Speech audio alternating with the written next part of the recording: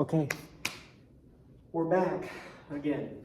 Now, I've been here for a sec, finishing some problems, and let's, as you see in the video right now, capacitors. What are capacitors?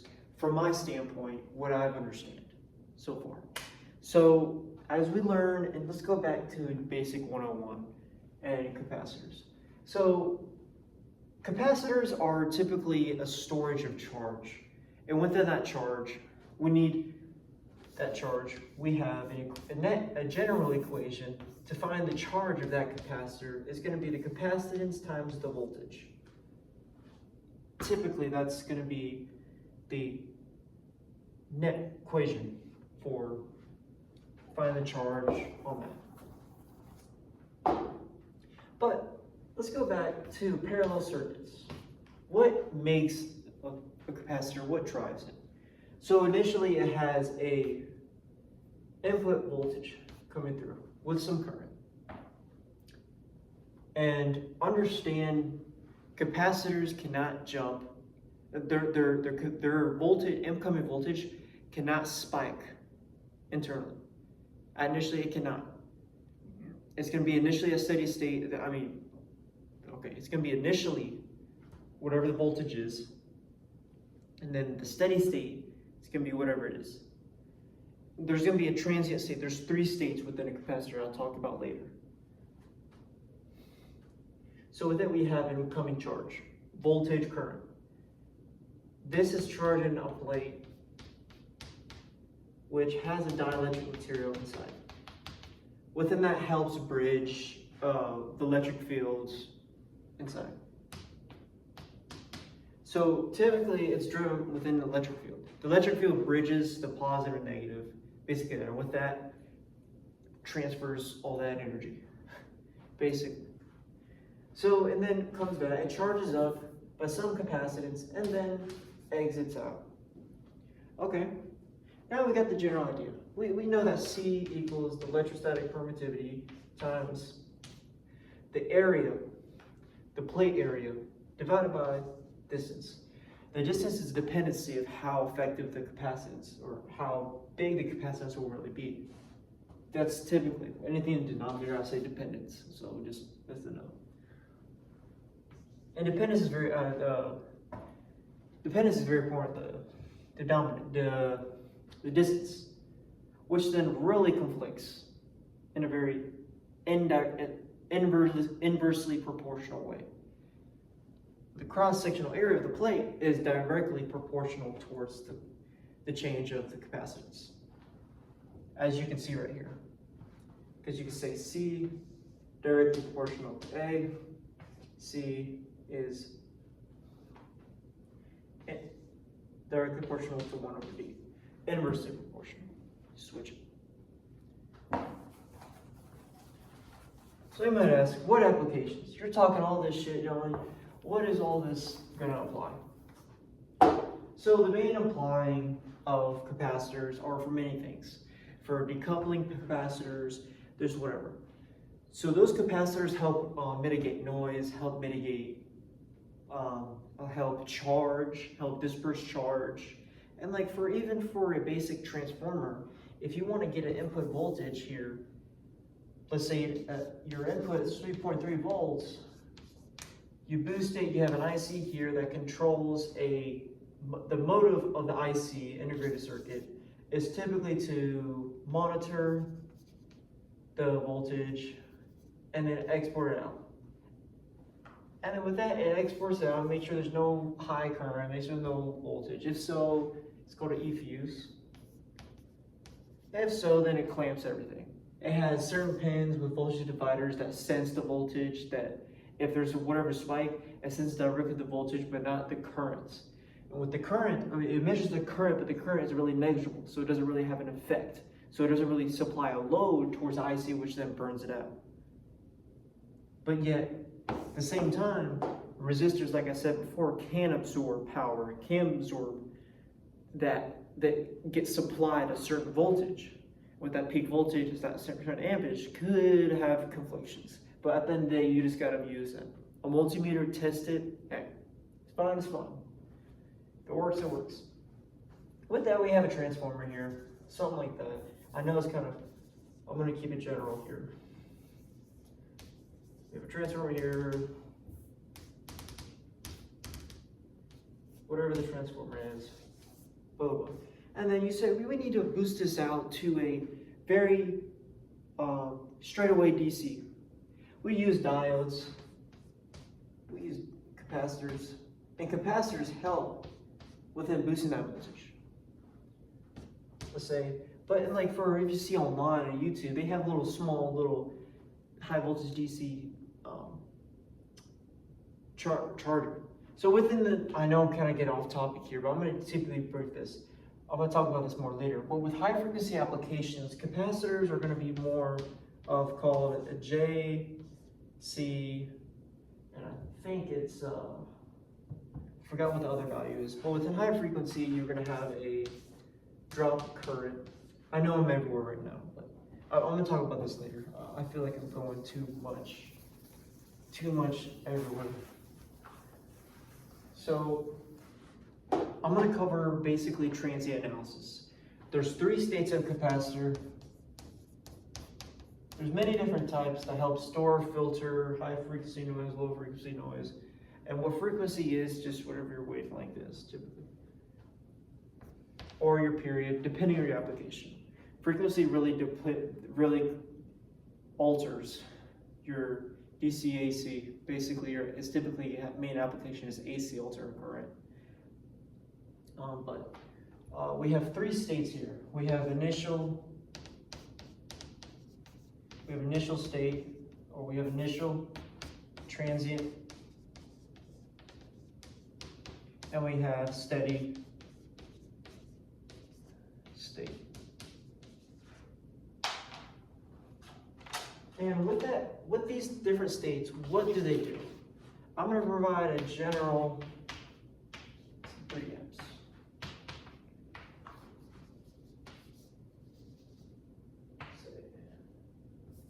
Let's switch here. Should I say yes? Switch here.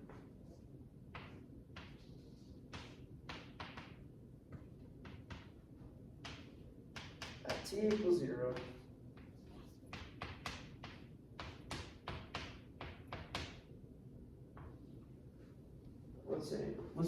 Let me miss this.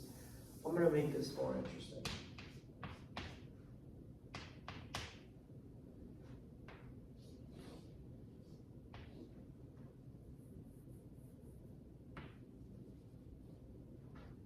Let's see.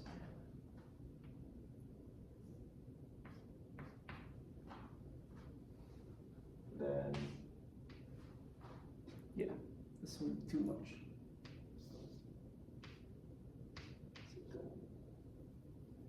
Let's say, and then capacitor here with a resistor, or no, with a resistor, capacitor. 5 ohms, 5 ohms, 6 ohms, 2.5 microfarad. I'm just giving a general idea. So we have VA plus and minus, and we have 6 ohms, and we have 3 amps flowing here. This is a general circuit. Let's say it's some dependent VA, or yeah, VA is actually good, and 3 VA. So what you can tell me from this, these are ground sources. These are grounds. These are grounds. So t equals 0 typically is the initial state.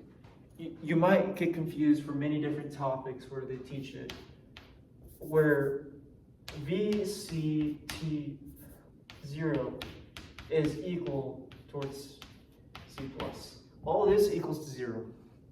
Within all of it equal to 0, but this represents before, the instance before the switch, whatever state it was. Because the switch right now is at t equals 0, which is right now open. So right now we have this resistor here, VA, 6 ohms, that's not connected to anything. And with that, we have our initial state. What is our capacitor going to be? Within that we do we do whatever we need to. So to find the voltage here, 515 volts, This is going to be a capacitor. This is extraordinary node. This splits off over here. This 15 volts is the same no matter what. So within this different potential, this can be grounded. It's going to flow through here. But the thing is, we have a dependent source. What is a dependent source, you may say? A dependent source depends on a certain component within the circuit that really drives its conditions, its properties. Which you say, like, is that really useful? Is that efficient? In some cases, yeah, yes and no. When I'm saying yes and no, it's, I don't fucking know.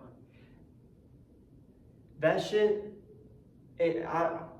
I'm even in real, like, so far, I haven't really had like a real world practice of dependent sources. I assume it's whatever you make it to be. If you have a source that depends on a resistor to drive it, or a capacitor to then charge, and then that then supplies, which then you can apply that capacitor to be a voltage source, which then you say, could that be a dependent source? At the end of the day, it's like what the circumstance is, what your circuit may be, and what it could or can be. I don't know. But right now we have voltage is not flowing down. That is open right now. This is open. So we have the only option is, oh yeah, it goes to ground, of course. But within an extraordinary node, voltage is going to be the same throughout. Kirchhoff's law, voltage in and out the nodes. But current changes. We have current coming through here, but at the end of the day, current is going to be changing and splitting up. It's going to be, Kirchhoff's law says, whatever, correct me if I can't say this part, but I do know is that whatever it enters the node has to be equaled out. And be careful with the concept and wording of saying that, oh, it's easy to say that all current goes to least resistance. What you're implying is it just goes, all of it goes directly to the least resistance. You're saying all the current goes to ground, or goes to this. It doesn't split off. You need to specify this, like, resistant current being proportionally divided away by the dependency of the resistance. If you have least resistance, some resistance goes there, and then some goes through another. No matter what aspect of what real world, you have resistance everywhere. So current will go everywhere. It doesn't go to a designated least resistance spot. No, you're implying 100% goes to it. That's not true. Parallel circuits wouldn't even work. I think I mentioned that. They wouldn't even work. But with that, we have VA. VA, there's no voltage flowing through. So VA is nothing. And what is this dependent source? It is nothing. So it's going to be 0. So we still have our 15 volts flowing through here. We have 15 volts thrown here.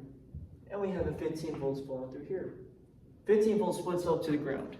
I'll put the ground over there. Then we have 15 volts over here.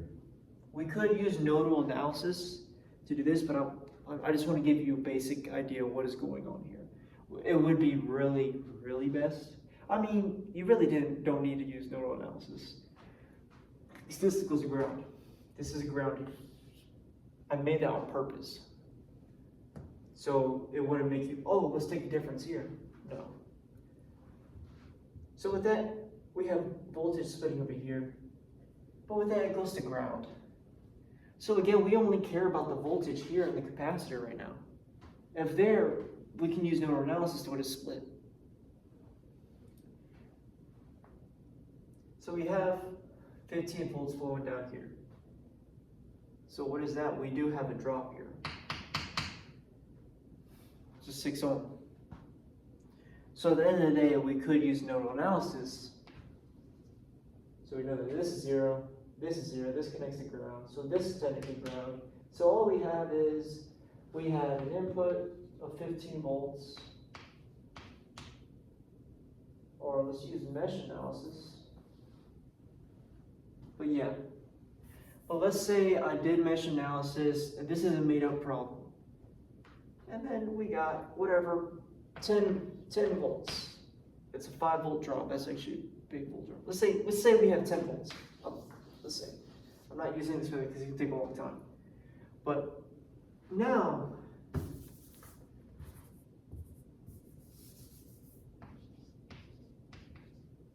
we're saying after, because sorry, this opens. It opens. Because at that specific time, the reason why it opens, if I'm speaking it correctly, is that during that transient time, it doesn't really depend on the transient time, but at the end of the day, it's whether it depends on whether the charge, the capacitor is at a steady state, basically. So initial state, what I mean say, okay, initial state, it's at initial state, whatever it is. It's at that time. There's no drastic potential difference into that. So there's gonna be no amps, no current flowing. At a steady state, it'll be the same aspect of that, it'll be 0 amps, be sure. And then for inductor, it'll be, capacitor, it'll be open. An inductor will be a short, it'll be 0 volts. But for capacitor, it's at 0 amps. But get this, capacitors could have initial spike, a voltage spike, a current spike, when charging up, basically, for initial time. That's a whole separate thing. But just be mindful of that. To properly calculate that, you just indicate what is the current going into the capacitor at that time. And you leave the capacitor in the circuit. That's what at the end of the day, it helps me out, but I understand. I always apply a note, saying, hey, I understand it's supposed to be open, but I'm using this for the sake of moving the capacitor around, or not moving the capacitor around, but using it temporarily, if that makes sense. It's just a practice that I've been using. But with that, we have our 10 volts. We have our initial, let's say, initial VC0 before, and then VC after.